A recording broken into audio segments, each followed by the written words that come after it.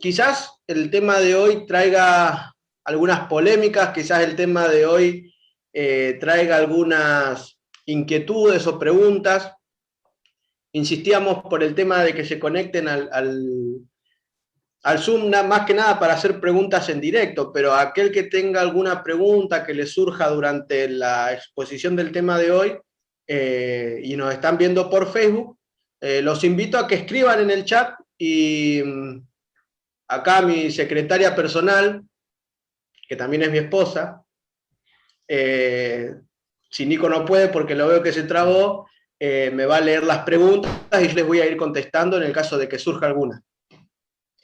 Vamos a comenzar el tema de hoy, como quizás la mayoría ya vio, se trata de Jesús el exorcista, ¿no? Un título un tanto llamativo, podríamos decir.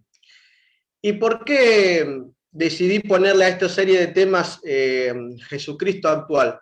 Porque creo que es importante que presentemos a un Jesús que no solo, vivió en la tierra, resucitó, hoy está en el cielo cumpliendo su parte del plan de salvación y quedó allá, sino que tenemos un Dios compasivo que nos ama, y así como también vivió en aquel entonces y se preocupó por los demás, nos dejó muchas enseñanzas para que nosotros hoy podamos vivir de una manera, si bien con dolor, con tristeza, con esperanza, ¿sí? De una manera que un Dios que está al detalle de todo. Esto es algo que me gustaría recalcar. Nada de lo que leamos hoy, nada de lo que ustedes van a leer en la Biblia, nada de lo que ustedes van a encontrar escrito en la Biblia fue porque sí. Todo lo que está escrito tiene un porqué. Todo lo que está escrito, y más que nada con Jesús, en Jesús se cumplen un montón de profecías que ahora vamos a poder ver en estos 3 días, algunas quizás. Pero tenemos que ser conscientes de eso. Si está en la Biblia no es porque sí, está porque tiene un significado y tiene algo importante para decirnos para hoy a nosotros. Por eso me pareció interesante empezar hablando de Jesús, de un Jesucristo actual, de un Jesús que tiene muchas aristas, podríamos decir, ¿no? Muchas características, y todas se cumplen en un Jesús que así como vino, hoy está intercediendo por nosotros y hoy nos ama y Él quiere lo mejor para cada uno de nosotros. ¿Sí? Sin más preámbulos, vayamos a lo que nos importa. Quiero recomendarles algo. Tengan su Biblia en las manos. ¿Sí? Así que mientras presento el tema, por favor tengan la Biblia en sus manos, porque si hay algo que se diga y no lo fundamento en la Biblia, no me crean. Si hay algo que escuchen a alguien ustedes hablar alguna vez en algún lado y no está fundamentado en la palabra de Dios, no le crean. Porque todo lo que se tiene que decir tiene que ir acompañado de un escrito está. Así que los insto a que a partir de ahora empecemos a vivir la vida de una manera diferente. No solo como cristianos de palabra, sino que al conocer a este Jesús, al conocer a este Redentor, podamos enamorarnos más de Él, podamos querer vivir como Él y podamos enseñar un poco de lo que aprendemos, ¿sí? En este momento, en la noche de hoy, porque ya es de noche, a ver acá, sí, acá ya también es de noche, calculo que allá también, vamos a hablar de la faceta exorcista de Jesús. Saben que de todos los evangelios, el que más habla de este tema es Marcos. En Marcos se encuentra la demonología más explicada, diríamos, o que más sucesos hay. ¿Ustedes qué creen? Eso del exorcismo, ¿no? Porque muchas veces nosotros cometemos el error de darle a Satanás más poder del que en realidad tiene, o también vamos al otro extremo de subestimarlo, ¿no? Y pienso que este es un tema especial para entender de que no tenemos ni que subestimarlos, ni darle más importancia o poder del que en realidad tiene. Es para que podamos entender que a este mundo que nosotros vemos hay un mundo sobrenatural.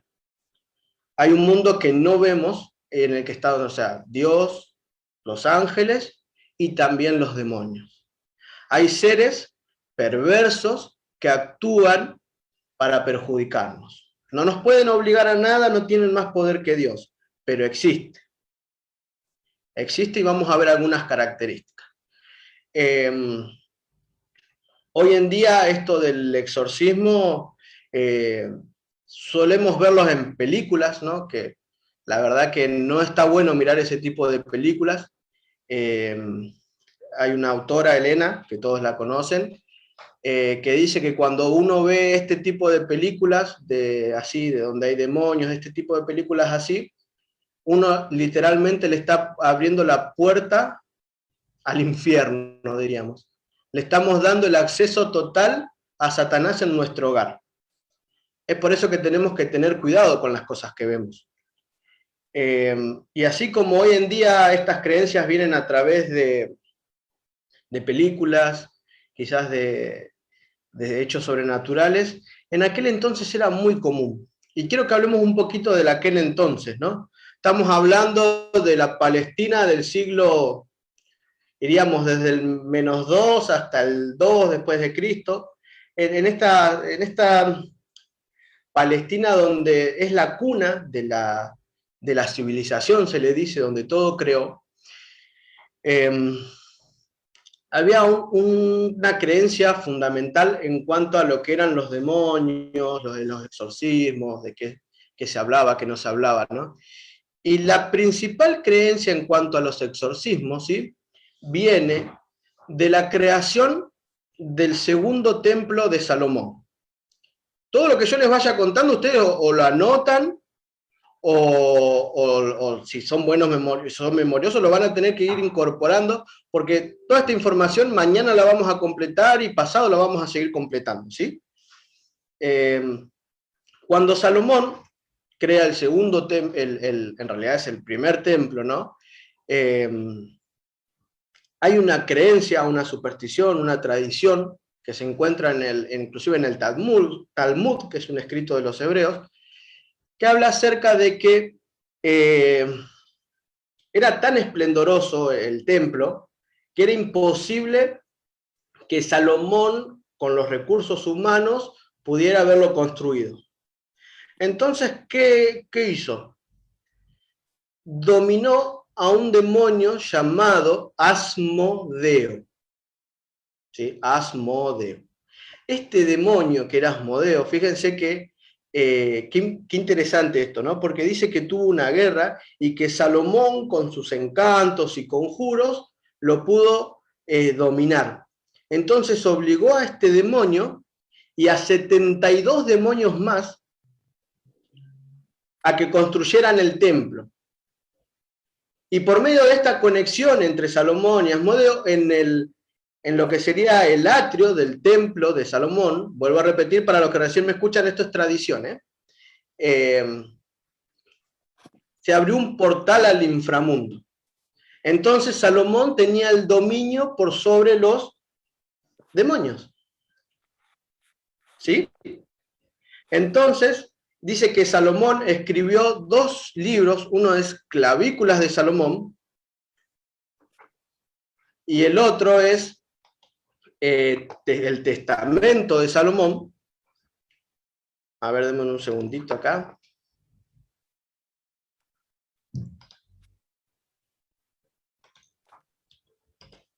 Ahí está. El otro es Clavículas de Salomón, donde encontramos conjuros, donde encontramos que Salomón estableció una cierta liturgia, ¿no? Para poder hablar acerca de cómo exorcizar, ¿no? Y en estas liturgias que encontramos y que todos por ahí en la época de Jesús utilizaban, había un elemento que era esencial. Y yo se los voy a mostrar. el anillo de Salomón. ¿Sí? El anillo de Salomón era el elemento esencial para realizar un exorcismo. Hoy nosotros no lo necesitamos, pero para aquel que alguien lo quiere, miren lo que encontré en Mercado Libre. ¿Eh? No es algo que le esté hablando algo de que no existe o algo que no pasó. Esto lo busqué el otro día. No vamos a hacerle propaganda a Mercado Libre ni le vamos, pero fíjense que es el mismo. Es el mismo. Así que no es una creencia que vaya en el pasado y no existe. Sigue existiendo. Entonces, bueno, esta serie de conjuros en las que hablamos se utilizaban diferentes cosas.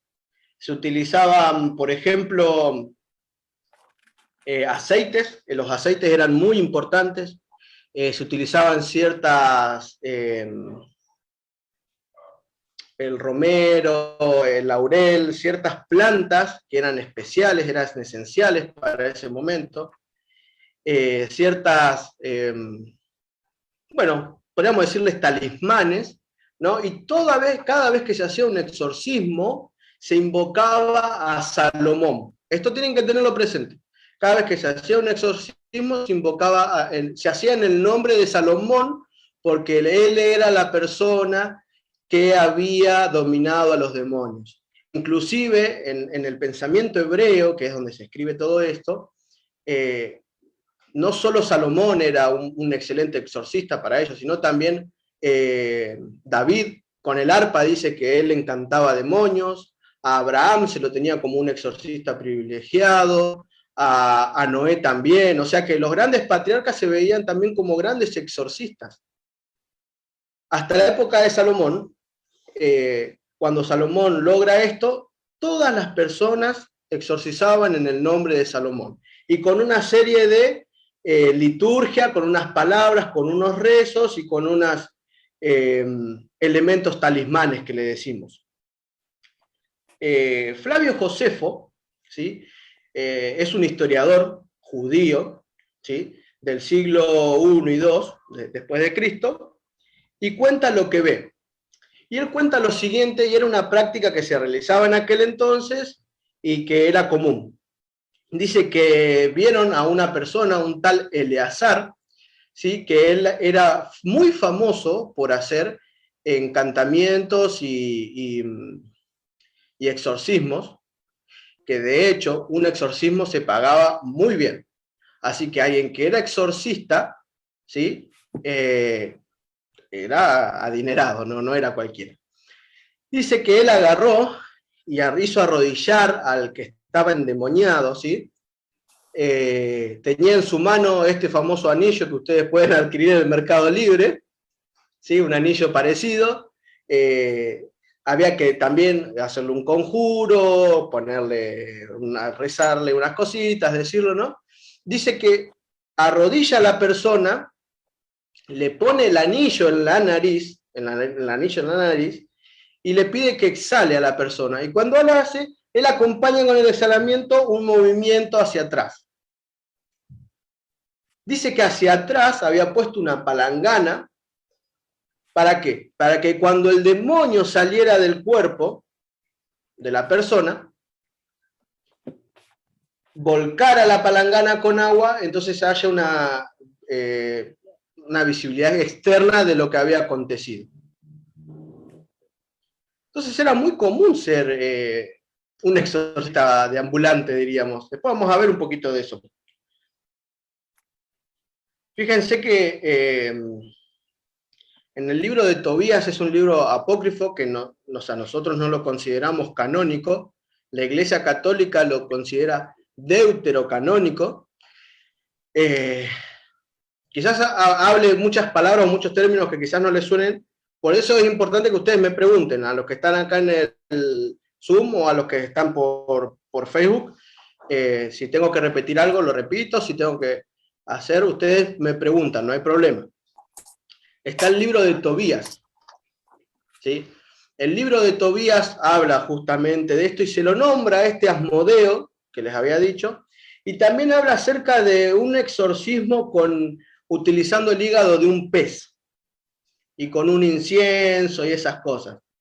También se creía que había papiros, los papiros mágicos, que quién era el que los hacía, ¿no? Con los encantamientos de Salomón mismo, esos papiros empezaban a tener una especie de protección, entonces se lo tenían que colgar para que los demonios no los ataquen a ellos. Esto era en lo que es el oficio de exorcismo, ¿no? ¿Y ustedes qué creen? Si había tanta gente con tanta plata, tanto, diríamos, tanto dinero, tanto mercado que movía todo esto, ¿se creía o no se creía en los demonios? Bueno, fíjense que había una práctica que se llamaba trepanar. ¿Sí? ¿Eso qué es? Hicieron una excavación hace un tiempo, y no me acuerdo bien en qué año fue, ¿no? Pero hay una excavación donde encontraron de cada 120 cráneos más o menos 12, o sea el 10%, cráneos tepranados. ¿Qué es eso? Cráneos agujereados. ¿Sí? O sea, con un agujero pequeño, que la manera en la que estaban hechos, y por cómo se veía que el cráneo después había crecido, se notaba que eran agujeros hechos en vida. Imagínense ustedes a un cirujano del primer siglo arriesgándose a abrir el cráneo de una persona, hacerle un agujero y volver a cerrarlo. No solo al cirujano, sino al que se sometía a la... ¿Y esto era para qué? Para que el espíritu pueda salir en caso de que lo posee. Así que fíjense ustedes qué tan se creía en eso. Una cosita más antes de ir al texto en sí.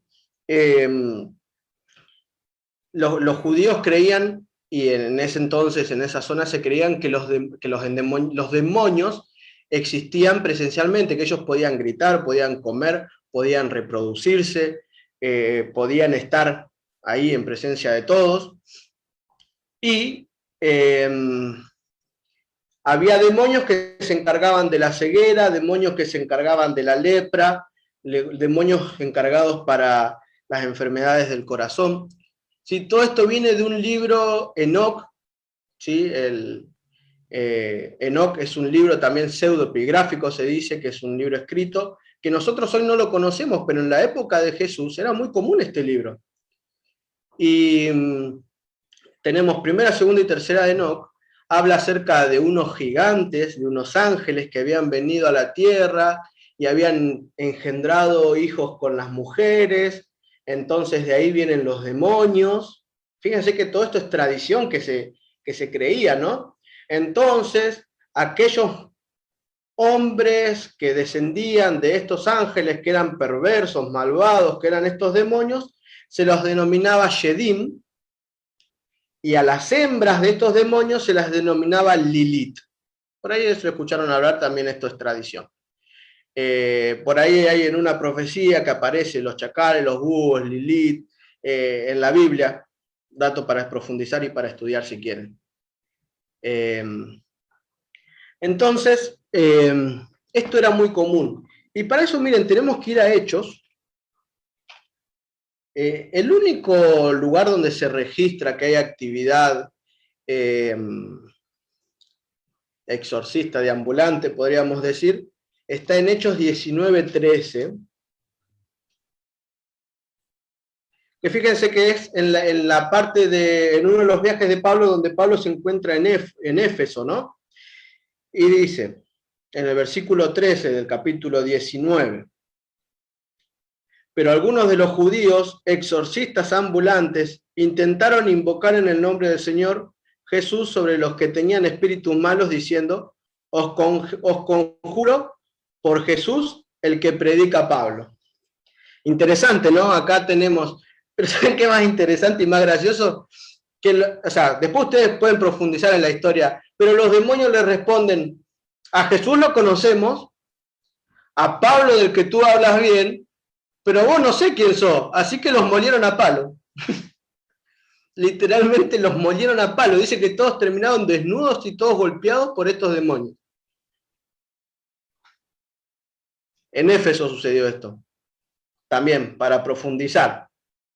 En este contexto donde los demonios quizás tenían mucha importancia, en este contexto donde el exorcismo no se hacía más que por el nombre de Salomón y por un montón de conjuros y diferentes hechizos, es donde Jesús empieza a desarrollar su ministerio. Y no es casualidad que uno de los primeros milagros haya sido lo que vamos a estudiar hoy.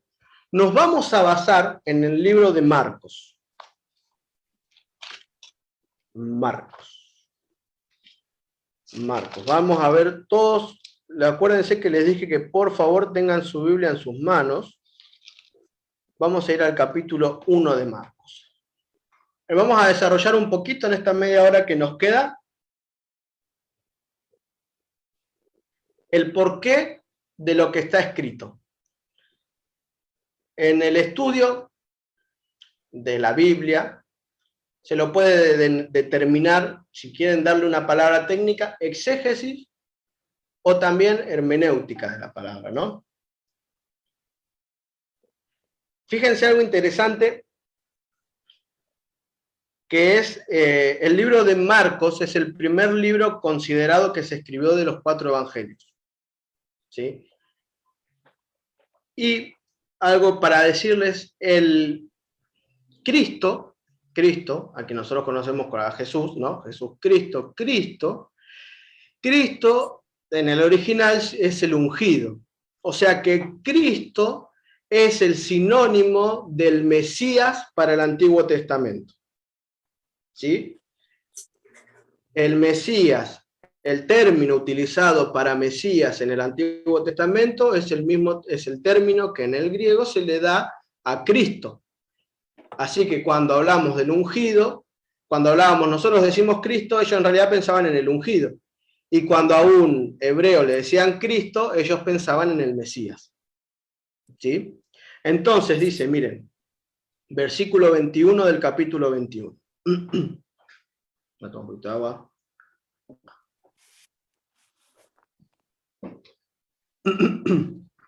Y entraron en Capernaum, y los días de reposo, entrando en la sinagoga, enseñaba. Algo interesante. ¿Por qué en Capernaum y por qué no en otro lado? ¿Dónde se encontraba Capernaum?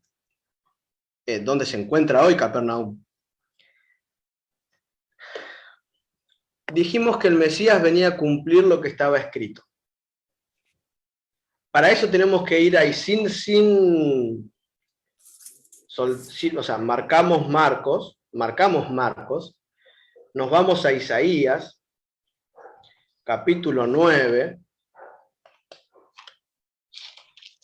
y leo el versículo 1 y 2. Mas no habrá siempre oscuridad para el que está ahora en angustia, tal como la aflicción que le vino en el tiempo que livianamente tocaron la primera vez a la tierra de Zabulón y a la tierra de Neftalí, pues al fin llenará de gloria el camino del mar, de aquel lado del Jordán, en Galilea de los gentiles, el pueblo que andaba en tinieblas vio gran luz. Los que moraban en tierra de sombras de muerte, la luz resplandeció sobre ellos. Interesante. ¿Pero qué tiene que ver esto con lo que estamos hablando? Ya lo vamos a ver. Vamos a ver otra profecía.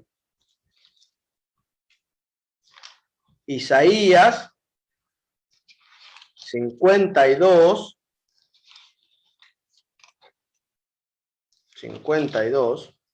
7.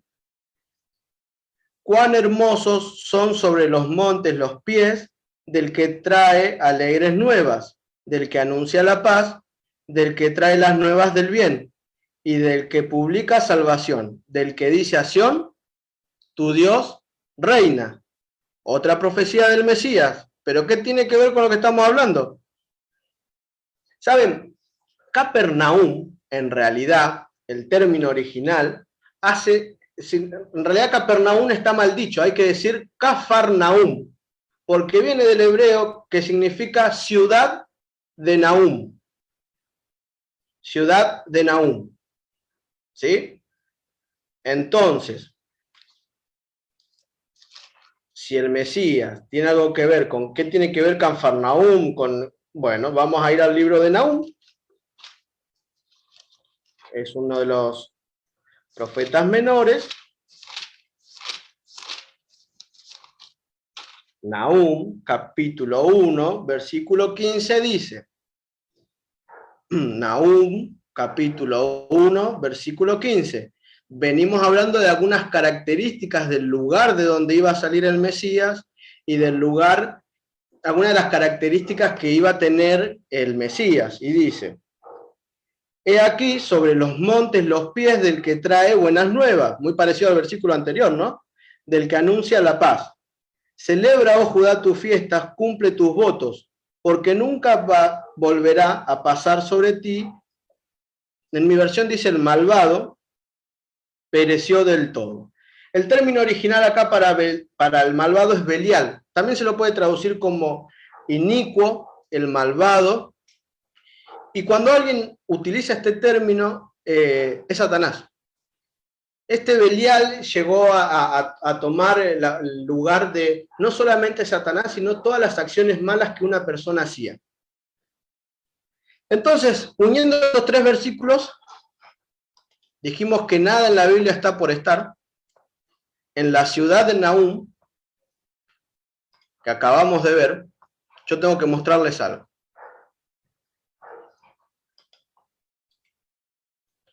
A ver.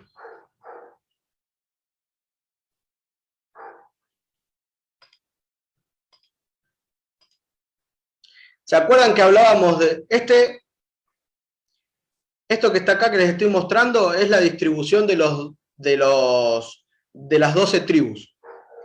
¿Sí? Esto es Israel hoy en día, pero esta es la distribución de en aquel entonces. Entonces tenemos el Mar Muerto acá abajo, el río Jordán, el Mar de Galilea, ¿y a quiénes tenemos acá? A Zabulón y a Neftalí, los que habíamos leído en la profecía anterior, ¿no? Que de ahí va a venir el Mesías. ¿Y qué tiene que ver Nahum? Acá se encuentra Cafarnaum. ¿Se dan cuenta? Mar de Galilea, Zabulón, Neftalí. Mar de Galilea, Capernaum. En Jesús se cumple la profecía de que iba a venir el Mesías, de que iba a venir alguien que iba a terminar para siempre con la función de Belial, de Satanás con todo su poderío. Cada vez que se habla de la presencia del Mesías, nos trae paz, bien y salvación. Y en este momento en Jesús, en la lista de exorcista, nos está diciendo, muchachos, hay una guerra. Es literal esta guerra. Hay un gran conflicto entre el bien y el mal. Pero no se preocupen porque el Mesías vino a erradicar el poder del malvado. Y eso empezó a suceder en Capernaum, o como le vamos a decir a partir de ahora, Cafarnaum, la ciudad de Nahum. Dice el versículo, volviendo a Marcos, volvamos a Marcos, dice que se admiraban de su doctrina porque les enseñaba como quien tiene autoridad y no como los escribas. Acá vemos a un Jesús enseñando con autoridad, ¿no? Las sinagogas eran lugares donde, se me está yendo mucho el tiempo, pero las sinagogas se crean con la deportación hacia Babilonia. Ya no tenían el templo de Jerusalén, el que había construido Salomón, se había destruido por completo, y ya el pueblo judío no tenía un lugar donde adorar el templo. Entonces empezaron a crear estas sinagogas, que eran pequeños lugares de culto, donde los rabinos no solamente se encontraban el sábado, sino que durante la semana también eran las escuelas para los hombres. Sí, en aquel entonces las mujeres no estudiaban ni trabajaban. ¿La iglesia la Biblia es machista? Eso lo vamos a ver mañana. Eso lo vamos a ver mañana. Entonces, dicen que las enseñanzas de los fariseos y los escribas eran repeticiones y repeticiones, y habían hecho una carga pesada, y Jesús les vino a simplificar la cosa. Miren, muchachos, la cosa no es como se las están enseñando. El Evangelio se trata de otra cosa. El Evangelio tiene que traer a tu vida paz, bien y salvación. Si vos no te sentís pleno con esto, hay algo que está mal. Y eso es lo que venía a enseñar Jesús. Y fíjense algo interesante, dice que había en la sinagoga uno de ellos un hombre con espíritu inmundo. Acá dentro del término que se utiliza, espíritu inmundo, es igual que demonio. ¿Y dónde estaba esta persona con el... ¿En la calle? Dentro de la sinagoga. O sea que dentro de la iglesia había una persona con un demonio. Guay hoy en día, ¿no? Hay que tener cuidado hoy en día. ¿Dónde lo podemos encontrar? Hay que tener cuidado, porque existe este poder. Y no solo existe, sino que también puede tomar el lugar que nosotros menos nos esperamos. Porque en ese lugar donde estaba este endemoniado era dentro de la sinagoga. Y dentro de la sinagoga lo que se hacía era se enseñaba la Biblia. Ahora yo te pregunto, y vos pensá en esto. Estaba ahí tranquilo, él, escuchando lo que decía el predicador. Si el predicador hubiese tenido verdaderamente el Espíritu de Dios, ¿ese demonio podría haber estado ahí como Pancho por su casa?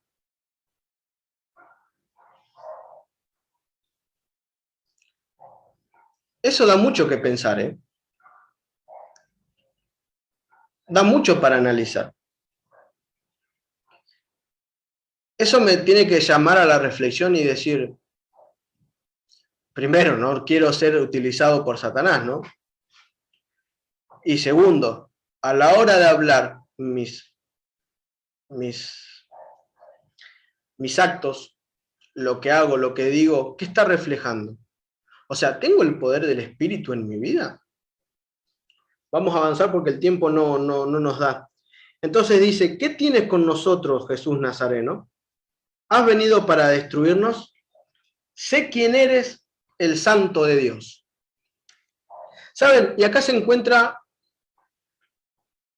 una conexión especial.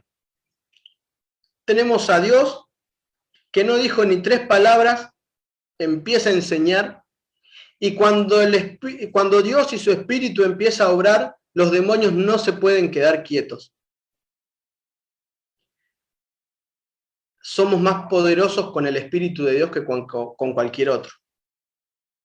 Entonces empieza a haber una charla que nosotros creemos que es una charla, pero en realidad no. Y dice, sé quién eres, y acá me quiero detener un ratito. ¿Saben? Nosotros cuando pensamos en un demonio, lo primero que pensamos es en algo, en un ser, primero malo, segundo horrible, desfigurado, ¿no? Que es realidad. Y en ese entonces, el demonio dice, en este sé quién eres, estaba expresando algo más que un simple conocimiento de haber escuchado por ahí de quién era. Este demonio estaba reconociendo de que había tenido un conocimiento vivencial y experiencial con Dios. ¿Se dan cuenta lo que está pasando? Dios, el Mesías, el que viene a traer paz, salvación a nuestra vida, ¿sí? Estaba enfrentándose a dos elementos importantes. Los dos seres creados, uno con una debilidad, con un ser humano, y un demonio. Imagínense ustedes enfrentándose a Jesús y viendo el mal que estaba haciendo este demonio y diciendo,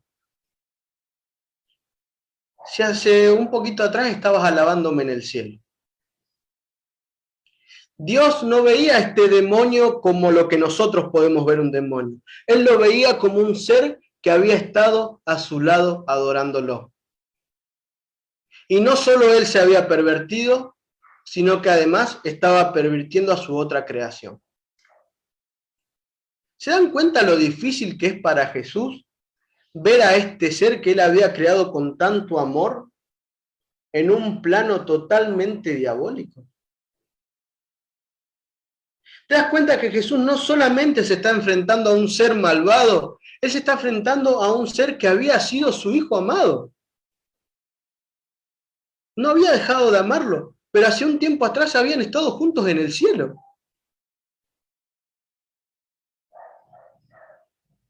Y cuando empiecen a decir voces y a hablar, le dice que sé quién eres, Jesús le reprendió y diciendo, cállate, sal de él.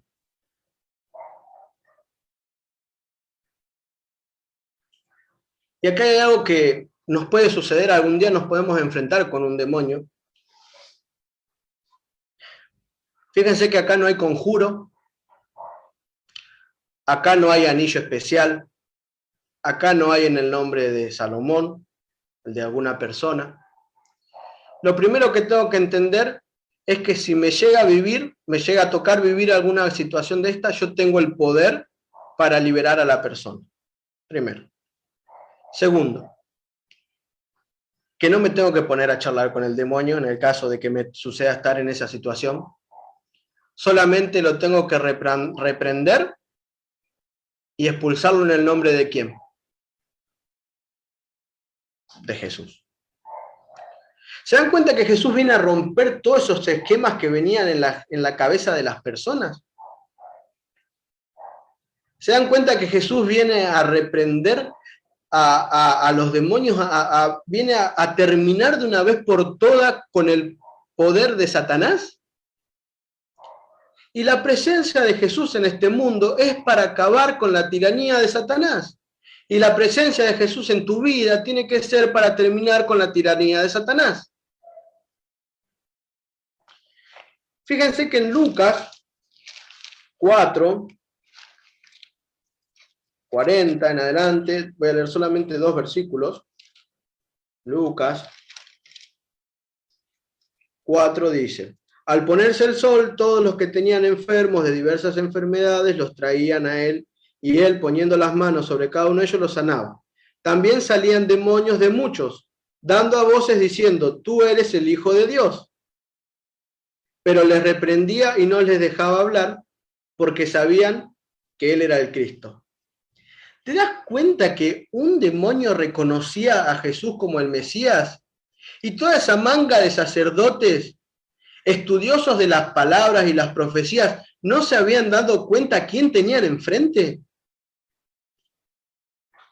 Y ahora, ¿por qué Jesús los hacía callar? ¿Qué creen ustedes? ¿Por qué Jesús los hacía callar?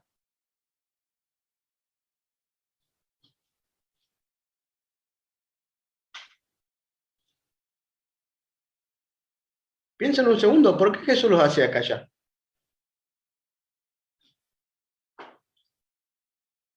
Dos cosas interesantes. Primero, no había llegado su hora. Imagínense si un demonio reconocía a Jesús como el Mesías, iba a acelerar su proceso de muerte. Y él proféticamente todavía tenía que cumplir otros pasos previos. Y segundo, una buena acción proveniente de un mal corazón se vuelve una mala acción. ¿Se acuerdan que a Jesús, al final de su ministerio, 3 años después, no más que esto, empezaron a decir que él echaba fuera o sanaba el nombre de Belcebú, de Satanás?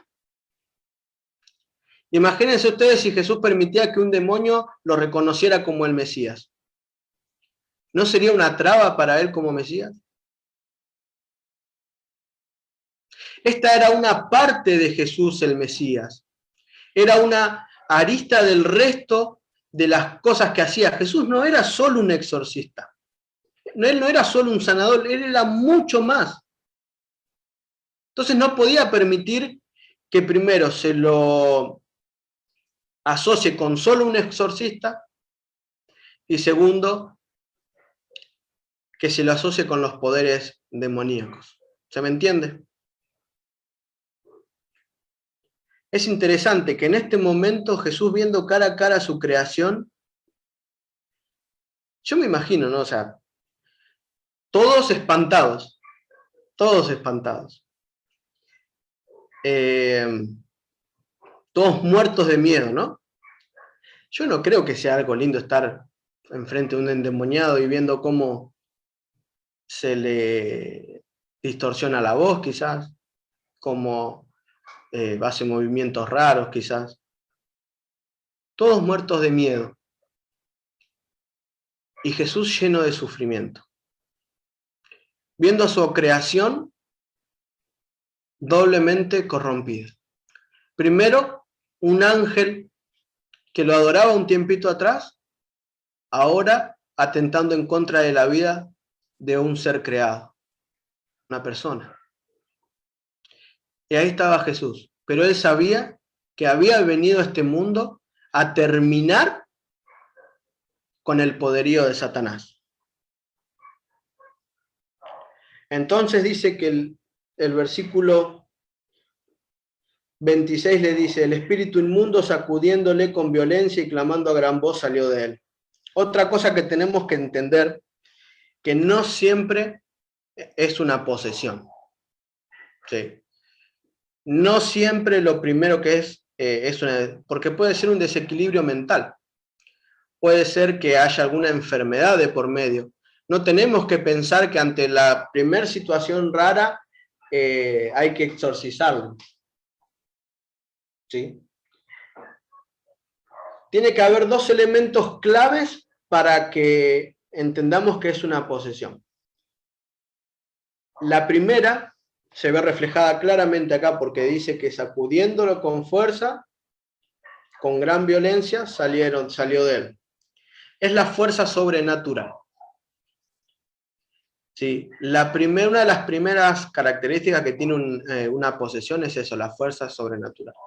Y lo otro que se tiene que dar en conjunto es la clarividencia. ¿Sí? Tiene que saber cosas de tu vida que nadie sabe o evidenciar cosas que nadie sabe. Pero para que suceda eso, tenemos que ponernos a charlar. ¿Y qué aprendimos? Que no hay que ponerse a hablar con él. ¿Saben? Porque no hay nada que vos puedas hacer para librarte del mal.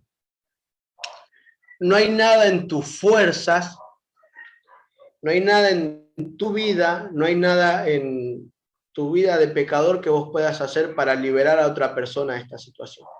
No hay mérito alguno en vos. Todos los méritos son del Jesucristo, el Mesías, y el que murió en la cruz por vos y por mí. Entonces dice que todos se asombraron y discutían entre sí. ¿Qué es esto? ¿Qué nueva doctrina? Acá la palabra que se usa para doctrina, al igual que en principio, es enseñanza, ¿no? Así que otra manera de decirlo es, ¿qué enseñanza es esta? que con autoridad manda uno a los demonios y le obedecen. ¿Se dan cuenta que no hay un conjuro? Que no se trata de una serie de palabras que te explicaron que tenías que decir. ¿Te das cuenta que no se trata de amuletos? Se trata de Cristo. Y así como se aplica para esto, se aplica para todo en la vida. Vimos un encuentro personal con un ser endemoniado. 2 vidas en juego y 2 finales totalmente distintos. ¿Qué vamos a hacer? ¿Vamos a salir huyendo ante la presencia del Mesías? ¿O vamos a entender que la presencia de Dios en mi vida me tiene que traer paz, gozo y salvación? Y Jesús no es el único que tiene el poder. Miren, si damos vueltita la hoja, Marcos, capítulo 3, ahí encontramos la elección de los 12 discípulos. No están nombrados ahí, pero sí están nombrados, pero también habla acerca de algo interesante. Capítulo 3, versículo 13 dice: después subió al monte y llamó así a los que quiso y vinieron con él. Esta es la elección de los 12 apóstoles. En el versículo 14 y 15 dice lo siguiente: y estableció a 12 para que estuvieran con él y para enviarlos a predicar, y que tuviesen autoridad para sanar enfermedades y para echar fuera demonios. Acá están los 12 apóstoles. ¿Ustedes saben qué significa apóstoles? Apóstoles viene del griego apostoloi, que significa enviado. Así que nosotros somos apóstoles porque somos enviados. Fíjense que es interesante que Jesús nos llama para predicar, para sanar enfermos y para echar fuera demonios. ¿Acaso Jesús nos dijo, si tuviera fe como un grano de mostaza, mayores cosas que esta haríamos? ¿Y por qué estamos tan lejos de esto? ¿Por qué estamos tan lejos de esta realidad? ¿Cómo puede ser que, primero y principal, si me considero un apóstol, no quiera salir a predicar? O sea, si me considero que soy Dios, que soy un hijo de Dios, me quedo sentado en la silla cómodo como estoy. Segundo, ¿cómo puedo pensar que no tengo la posibilidad de sanar? Obviamente, no es que yo voy a tener la fuerza para sanar a nadie, pero Dios a través de mí puede sanar a alguien. ¿Acaso Pablo no resucitó a un joven que había caído de la ventana? ¿Acaso Pedro no había resucitado a una mujer? ¿Qué nos está faltando? ¿Por qué yo estoy tan distante de esto? ¿Acaso Pedro no caminó por el agua? ¿Sobre el agua? Ah, pero estaba Jesús ahí. Pero Jesús no nos dijo que íbamos a hacer mayores señales que esas.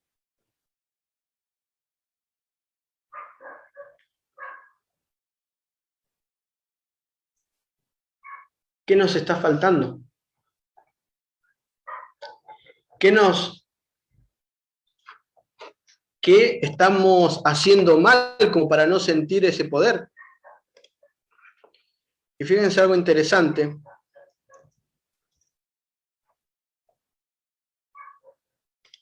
Quiero compartir una sola cosita más, antes de ir cerrando, pues ya son 1:30. Esta es una taza que se encontró en una de las excavaciones, que data del siglo II a.C. y uno después de Cristo. Hay una inscripción ahí que ustedes ven, eso es griego koiné se le dice, y dice, por medio de Cristo, el mago. Y esto nos remonta, ¿no?, al versículo de Marcos 9:38, cuando dice, Maestro, vimos a alguien que echaba fuera demonios en tu nombre. Y ahora con la otra parte podemos entender que se sorprendían de que echaban demonios en su nombre porque no era lo común.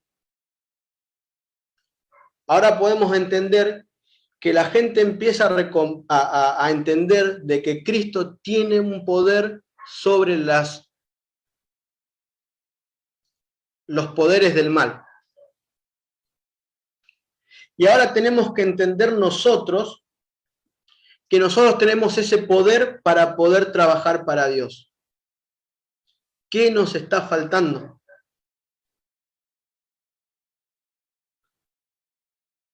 ¿Por qué limitamos tanto el poder de Dios? ¿Por qué nos ahogamos en un vaso de agua? Si ese Mesías que vino para derrotar completamente a Belial, a Satanás y a todo su ejército, y nosotros nos ahogamos en un vaso de agua. ¿Qué nos está pasando? ¿Qué nos está faltando para que entendamos de que si bien un endemoniado puede tener poder, no es más poderoso que mi vida alineada a la voluntad de Cristo?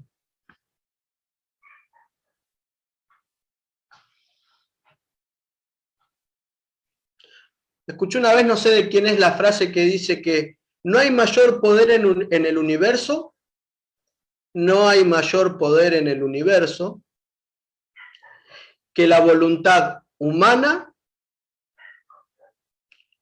sumada al plan divino.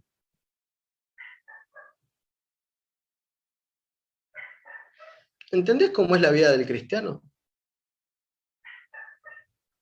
¿Entendés ahora cómo es la vida de aquel que dice seguir a Cristo? ¿Entendés que si decís ser cristiano no podés tener una vida llena de titubeos? ¿Entendés que ese mismo poder que Jesús tuvo en aquel entonces vos lo tenés hoy en día? ¿Entendés que Jesús vino a sufrir para derrotar las huestes del mal? Y es acá donde tenemos que entender que no tenemos lucha contra sangre ni carne, sino que hay algo más allá de eso. ¿Entendés que es momento de levantarte, de salir a predicar, de sanar enfermos, de expulsar demonios? Porque tenés el poder y para eso te eligió Jesús.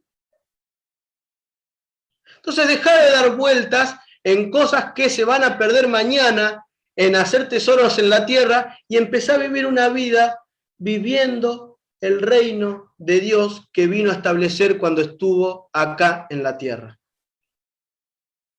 Y estos 2000 años que nos separan de aquel entonces, el plan sigue siendo el mismo. Estos 2000 años de historia que quizás nosotros no podemos ver, las consecuencias para cada uno es la misma. Y son dos. O podemos huir como ese demonio y terminar en la destrucción eterna, o podemos agradecer a Dios porque vino a esta tierra a terminar con el dominio de Satanás y a demostrarte que si Él puede, vos podés. Tenés un gran privilegio y una gran responsabilidad. Entonces, ¿qué te detiene?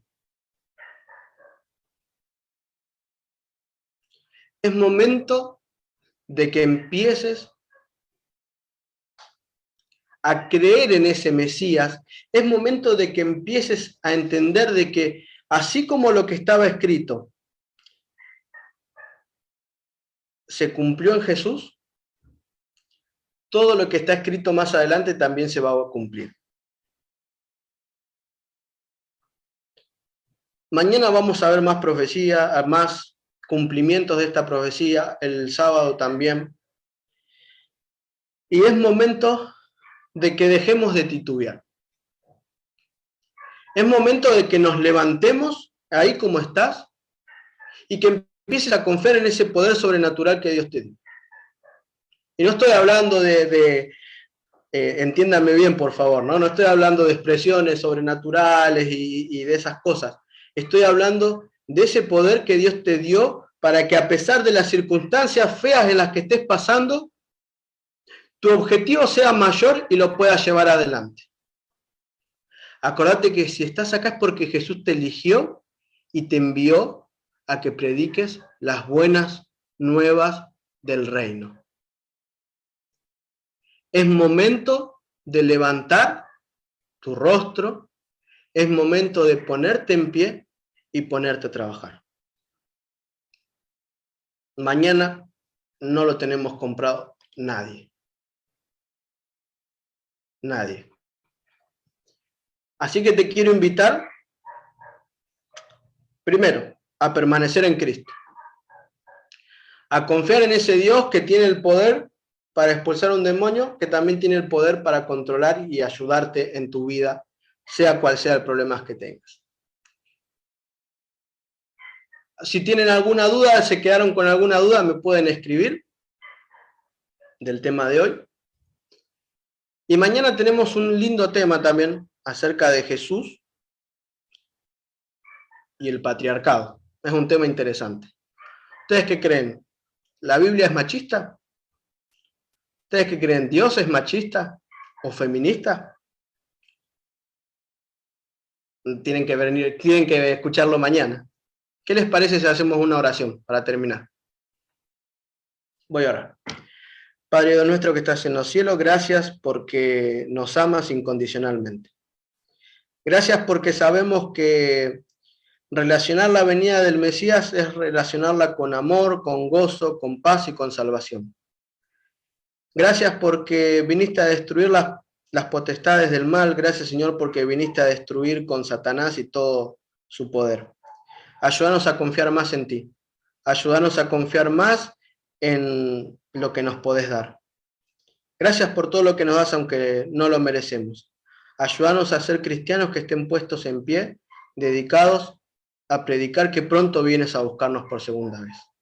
En el nombre de Jesús, amén.